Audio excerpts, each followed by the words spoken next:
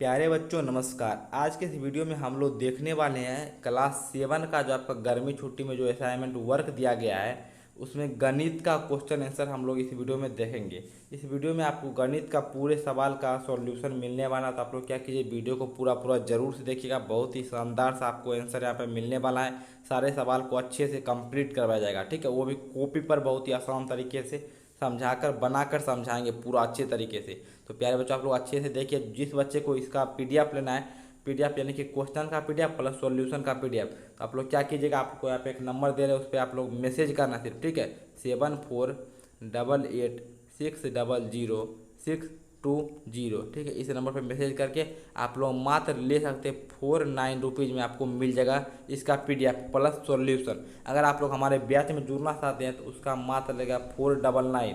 अगर आप लोग बैच में जुड़े हुए हैं, जो बच्चे बैच में जुड़ गए हैं उनको ये फ्री में मिल जाएगा, और जो बच्चे नहीं जुड़े हुए तो आप लोग इस नंबर पे संपर्क करके आप लोग जल्दी से जल्दी जुड़ जाइए, ताकि आपको वहाँ पे भी बहुत ही शानदार तरीके से सारे चैप्टर, ठीक है, सभी चैप्टर पढ़ाया जाता है, उसका क्वेश्चन आंसर करवाया जाता है, सभी का नोट्स मिलता है, बहुत ही बेहतरीन तरीके से पढ़ाया जा रहा है। तो ठीक है, तो आप लोग जाके जल्दी से इस नंबर पे मैसेज करके जुड़ सकते हैं, ठीक है। तो चलिए हम लोग इस वीडियो में इस अध्याय का जो भी आपका होमवर्क दिया गया है इसको हम लोग कंप्लीट कर लेते हैं। इसी तरीके से इस चैनल पे आपको सारे सब्जेक्ट का होमवर्क करवाया जा रहा था। आप लोग जल्दी से चैनल को भी क्या कीजिए, सब्सक्राइब कर लीजिए, ताकि आपको होमवर्क कंप्लीट करने में कोई भी तरह का परेशानी जो है वो नहीं हो, ठीक है। चलिए हम लोग क्या करते हैं, अपने क्वेश्चन को यहाँ पे देखते हैं क्या कर रहा है क्वेश्चन पहला, और समझते हैं। फर्स्ट में क्वेश्चन कर रहा है, अपने विद्यालय के किन्हीं 30 बच्चों की उम्र का पता लगाइए तथा इन प्राप्त संख्याओं में प्राकृत संख्या, पूर्ण संख्या, पूर्णांक संख्या, भाज्य संख्या, अभाज्य संख्या, सम संख्या, विषम संख्या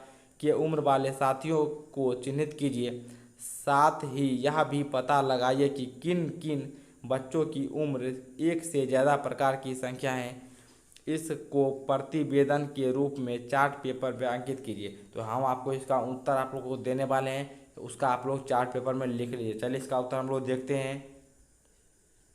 तो प्यारे बच्चों देखिए, हम लोग आ गए हैं एक नंबर क्वेश्चन को सॉल्व करने। तो आप लोग कैसे कीजिएगा, देखिए पहले आपको क्या करा था, अपने विद्यालय के किन्हीं 30 बच्चों की उम्र पता लगाइए, ठीक है। तो उम्र पता लगाना था, तो चलिए हम लोग क्या किए, लिख लिए। तो हम लोग यहाँ पे क्या किए, सिर्फ 7 वाले बच्चों का है उम्र हम लोग लिखे यहाँ पे, ठीक है। आप लोग पूरे बच्चे का लिख सकते, जैसे कि लिखे हैं 12 उम्र, ठीक है, 12 वर्ष, 11 वर्ष और 13 वर्ष, यानी कि 12 वर्ष का 10 बच्चा, 11 वर्ष का 10 बच्चा और 13 वर्ष का 10 बच्चा। अगर आप लोग स्कूल का लिखना चाहिएगा तो आप लोग ऐसे भी लिख सकते हैं, कितना, यानी कि कितना वर्ष का बच्चा रहता है, मैक्सिमम 7 वर्ष लिख सकते हैं, 8 लिख सकते हैं, आप लोग 9 लिख सकते हैं, 10 लिख सकते हैं, ठीक है। यानी कि मैक्सिमम आप लोग क्या 15 तक जा सकते हैं, यानी कि 15 तक जाइएगा, क्योंकि 8 तक अगर आपके स्कूल में क्लास चलता है तो 15 तक बच्चा आपके स्कूल में रहेगा, मैक्सिमम कह सकते हैं इस तरह से। 14-15 का उम्र का बच्चा आपके उम्र स्कूल में पाया जाएगा, इस तरीके से आप लोग लिख सकते हैं। हम यहाँ पे सिर्फ क्लास 8, सॉरी आप लोग 7 में, तो सिर्फ 7 वाले बच्चों का ही लिखे है उम्र का, ठीक है। अब आपको क्या कह रहा था, जो उम्र यहाँ पे दिया गया इसमें से आपको क्या कर रहा था, ये प्राप्त जो संख्या, ये जो संख्या प्राप्त हुआ है 30 संख्या आपको प्राप्त होगा, ठीक है। तो 30 संख्या में से आपको खोजना है प्राकृत संख्या, पूर्ण संख्या, ठीक है, पूर्णांक संख्या, भाज्य अभाज्य। तो हम लोग क्या किए, यहाँ पे लिख दिए। आप लोग क्या कीजिएगा, आप लोग उतारिएगा, पहले आप लोग समझ लीजिए, ठीक है। प्राकृतिक संख्या किसे कहते हैं, तो 1 से शुरू होने वाली संख्या को हम लोग क्या कहते हैं, प्राकृत संख्या कहते हैं, यानी कि गिनती की संख्या को प्राकृत संख्या कहते हैं। तो आपको कह रहा था खोजने के लिए प्राकृतिक संख्या कौन कौन सी है, तो आप जितना भी लिखिएगा ना बच्चा का उम्र, 7, 8, 9, 10, जितना भी सारा आपका क्या होगा प्राकृतिक संख्या। तो हम लोग यहाँ पे 12 लिए, 11 और 13, तो 12, 11, 13 सारा आपका क्या है प्राकृतिक संख्या, ठीक है, समझ में आ गया। अगर आप लोग ये सारा लिखते हैं 30 बच्चे का, तो वो सारा सारा प्राकृतिक संख्या हो जाएगा। आगे देखिए, पूर्ण संख्या, पूर्ण क्या होता है, गिनती के संख्या में 0 अगर आप पहले लगाते हैं, यानी कि 0 से स्टार्ट करते हैं, 0, 1, 2, 3, तो उसको हम लोग कहते हैं पूर्ण संख्या। तो पूर्ण संख्या में भी आपका सारा आ जाएगा। अगर आप 7, 8, 9 कुछ भी लेते हैं तो वो भी आ जाएगा। हम यहाँ पे सिर्फ 7 का लिए 12, 11 और 13, तो वो आ जाएगा 12, 11, 13, सारा आपका पूर्ण संख्या हुआ, ठीक है। अब पूर्णांक क्या होता है, पूर्णांक होता है यानी कि ऋणात्मक, ठीक है। सभी पूर्ण संख्या जो है उसमें ऋणात्मक लगा दीजिए, जैसे 0, 1, 2, 3, ये सारा आपका पूर्ण संख्या है। अगर इसमें हम ऋणात्मक लगा देंगे, यानी कि -1, ठीक है, फिर -2, -3। तो ये आपका क्या होगा, पूर्णांक हो जाएगा। तो आपको पूर्णांक खोजना है, ठीक है। तो पूर्णांक में भी अगर आपका पॉजिटिव का है तो ये सारा पॉजिटिव वाला आ जाएगा, जैसे 12, 11 या 13। अगर आप और सारे स्कूल का बच्चे का लिखिएगा, 7 से शुरू कीजिएगा तो वो सारा आपका आ जाएगा। यानी कि ये तीनों में लगभग जितना आप लोग लिखिएगा ना उम्र, सारा आ जाएगा, ठीक है। अब देखिए भाज्य संख्या। भाज्य संख्या क्या होता है, वैसी संख्या जिसमें स्वयं और एक के अलावा अन्य संख्या से भी भाग लग जाए। यानी कि 12 है तो 12 में किस किस से भाग लगेगा, 1 से लग जाएगा, 2 से लग जाएगा, 3 से लग जाएगा, 6 से लग जाएगा, 12 से। यानी कि स्वयं 1 है और 4 भी आप लोग लिख सकते हैं, ठीक है। और 4 से भी लग जाए, यानी कि स्वयं 12 है और 1, इस दोनों के अलावा देखिए 2 भी आ रहा है, 3 भी आ रहा है, 6 भी आ रहा है, 4 भी आ रहा है। ये दोनों के अलावा अगर और संख्या आ रहा है यानी कि वो हो जाएगा भाज्य संख्या, ठीक है। तो भाज्य संख्या में सिर्फ आपको यहाँ पे 12 लिख दिया। अगर आप लोग ये सब लीजिएगा तो इसमें देखिए आपका कौन सा आ जाएगा, 8 आ जाएगा, यानी कि 9 भी आ जाएगा, 10 भी आ जाएगा, 15 भी आ जाएगा। तो इस तरीके से आप लोग लिख सकते हैं, ठीक है। अब अभाज्य संख्या में क्या कीजिएगा, वैसी संख्या जिसमें एक और स्वयं वह संख्या, यानी कि जैसे कि मान लीजिए 11, तो स्वयं वह संख्या इसके अलावा किसी संख्या से भाग नहीं लगे तो हम लोग उसको क्या कहेंगे, अभाज्य संख्या। जैसे कि 11 हो गया, 13 हो गया, 11 में सिर्फ 1 से भाग लगेगा और 11 से लगेगा, 13 में सिर्फ 1 से लगेगा और 13 से लगेगा, इसलिए इसको हम लोग क्या कहेंगे, अभाज्य संख्या कहेंगे, ठीक है। अगर आप इस सबको लेते हैं तो यहाँ पे 7 आपका आ जाएगा अभाज्य संख्या में, यहाँ भी 11 आ जाएगा, 13 आ जाएगा, ठीक है। और ये 14 जो है ये भाज्य संख्या हो जाएगा, ठीक है। यहाँ तक आपको समझ में आ गया प्यारे बच्चों। अब देखिए हम लोग क्या करते हैं, अब आगे देखिए, आगे सम संख्या करा। सम संख्या क्या होता है, वैसी संख्या जिसमें 2 से भाग लगे, ठीक है, जिसमें 2 से भाग लग जाए, सिंपल समझिए आप लोग। वैसी संख्या जिसमें क्या 2 से भाग लग जाए उसको हम लोग कहेंगे सम संख्या, यानी कि 12 आ जाएगा। अगर आप लोग ये सारे बच्चे का लेते हैं तो यहाँ पे 8 आ जाएगा, 10 आ जाएगा, ठीक है, 14 आ जाएगा, इस तरीके से। विषम संख्या जिसमें 2 से भाग नहीं लगे, यानी कि 11 और 13। हम इस डाटा के अनुसार, यहाँ जो हम डाटा लिए थे क्लास 7 वाले बच्चों का, उसके अनुसार यहाँ पे आंसर तैयार किए हैं, ठीक है। अगर आप ये डाटा लेते हैं सारे स्कूल के बच्चे का, अपने स्कूल के, तो उसके अनुसार आंसर आप लोग लिखिएगा। हम समझाते तो दोनों को समझा रहे हैं, ठीक है। विषम संख्या यानी कि 11 और 13। अगर इस डाटा को आप लोग लेते हैं इस तरह से 30 बच्चे को पूरा जाएगा, जैसे कि 7 वाला 5-6 बच्चे ले लीजिएगा, ठीक है। इस तरीके तो विषम में आ जाएगा 7 आ जाएगा आपका, 9 आ जाएगा, 11 आ जाएगा, 13 आ जाएगा, 15 आ जाएगा, ठीक है। इस तरह से आप लोग समझ गए सम विषम। तो इस तरीके से आपका पहला जो क्वेश्चन था वह कंप्लीट होता है, ठीक है। चलिए हम लोग दूसरे क्वेश्चन को देखते हैं।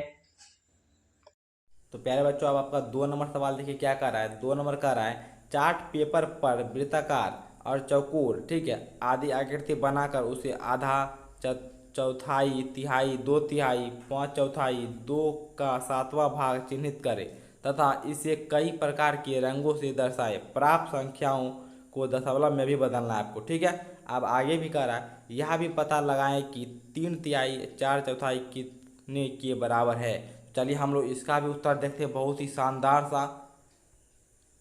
तो देखिए प्यारे बच्चों आप लोग दूसरा कैसे कीजिएगा। दूसरा में आपका जो आप लोग क्वेश्चन में देखिए क्या कर रहा था वहाँ पे, यानी कि आपको एक वृत्ताकार आकृति बनना था, एक चौकोर यानी कि चतुर्भुज के जैसा बनाना था, और कह रहा था उसमें आधा, चौथाई, तिहाई, 2 तिहाई, 5 चौथाई, 2 का 7वां भाग को चिन्हित करना था, ठीक है। और इसमें रंग दर्शाना था और आपको पर जो प्राप्त होता है, ठीक है, उसको दशमलव के रूप में लिखना था। तो हम लोग क्या किए, पहले देखिए वृत्त बना लिया। आप इसके जगह चतुर्भुज भी बना सकते हैं। तो हम समझ रहे हैं, पहले वृत्त आप लोग एक बना लीजिए।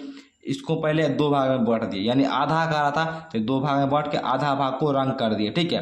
यानी कि 1/2, यानी कि टोटल भाग कितना है, 2 भाग, 1 भाग 2 भाग, 2 उसमें से 1 भाग रंगा हुआ, तो 1 भाग रंगा हुआ है।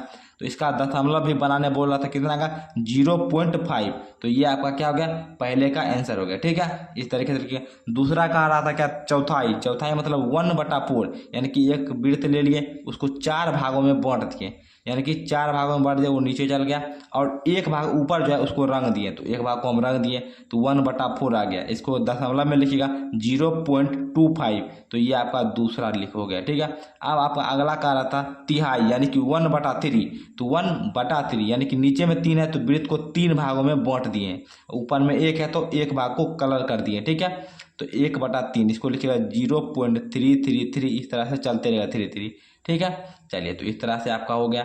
अब आगे कह रहा था 2/3 यानी कि 2/3 मतलब 2/3 यानी कि 3 भाग में वृत्त को बांटना है, 2 भाग को रंग देना है। तो 3 भाग में हम लोग बांट दिए हैं और 2 भाग को कलर कर दिए। तो 2/3 इसको दशमलव में लिखिएगा, 0.666 चलते रहेगा इस तरह से। तो ये आपका हो गया, ठीक है। चलिए, आगे कह रहा था 5/4 यानी कि 5/4 होगा, लेकिन यहाँ पे थोड़ा सा लग रहा है कुछ मिस्टेक है। तो आप लोग क्या कीजिएगा, देख लीजिएगा बार, इसमें 4 भाग को हम लोग रंग दिए, ठीक है। इसको दशमलव में लिखिएगा तो 1/1.25 इस तरह से आएगा। 5/4 का 1.25 इस तरीके से आ जाएगा। अगला देखिए, आप लोग को यहाँ पे क्या कर रहा था, दिख रहा होगा आपको, यहाँ पे कर रहा था, क्या कर रहा था, देख लेते एक बार क्वेश्चन को। क्वेश्चन आपका है 2 का 7वां भाग, ठीक है।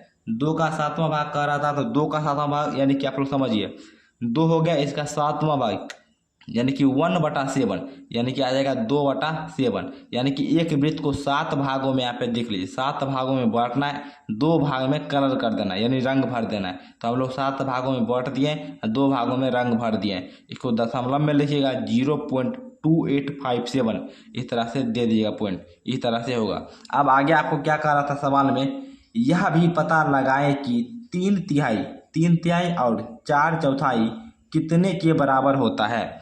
यानी कि 3/3 मतलब क्या होता है, देखिए सिर्फ तिहाई रहेगा, सिर्फ तिहाई मतलब 1/3, ठीक है।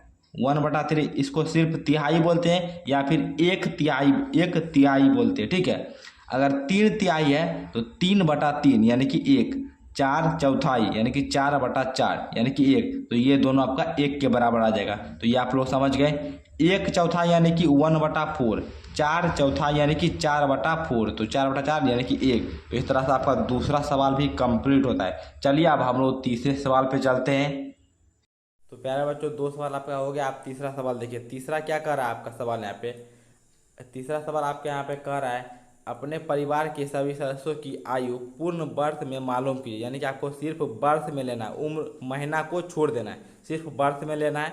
आप कह रहा है अब इनकी औसत आयु ज्ञात कीजिए। आपको औसत आयु ज्ञात करना है। उसके बाद कह रहा है पता लगाइए कि औसत और माध्य एक ही होते हैं। क्या औसत और माध्य एक ही होते हैं? उसके बाद कह रहा है किन्हीं संख्याओं के समूह का माध्य निकालने हेतु सूत्र बताइए। तो इस सारे सवाल का हम लोग क्या करते हैं, उत्तर देते हैं। आप लोग किस तरीके से लिखिएगा, बेहतरीन सा उत्तर हम लोग देने वाले, बहुत ही छोटा सा उत्तर। चलिए आप लोग देखिए। तो प्यारे बच्चों, देखिए हम लोग तीसरे सवाल को भी यहाँ पे देख लेते हैं, ठीक है। आपका 3 नंबर सवाल है, क्या कह रहा था, अपने परिवार के सभी सदस्यों की आयु पूर्ण वर्ष में, यानी कि सिर्फ आपको वर्ष का ही गिनना है, यानी कि मंथ को नहीं लेना है, सिर्फ वर्ष में लेना है, ठीक है। अब इनका औसत ज्ञात करना है। तो हम सदस्य की आयु ले लिए। आप अपने परिवार के जितने भी आपके परिवार में सदस्य हैं उनकी आयु को लिख लीजिएगा। हम यहाँ पे एक एग्जांपल के लिए एक बच्चे का लेकर यहाँ पे दे रहे हैं। एक बच्चे का हम लोग पता किए हैं और उसका दे रहे हैं। यहाँ पे 40 ले लिए, जैसे उसके पिता का 40 है, माता का 32 है, उसके जो भाई हैं तो उसका 15 है और उसका 13 है और उसके छोटे भाई का 9 है। तो इस तरीके से हम लोग ले लिए। इस तरह से आप अपने परिवार के सारे सदस्यों का आयु यहाँ पे लिख लीजिएगा। उसके बाद क्या कर रहा था, औसत आयु क्या होगा। तो औसत में क्या किया जाता है वो सीखिए।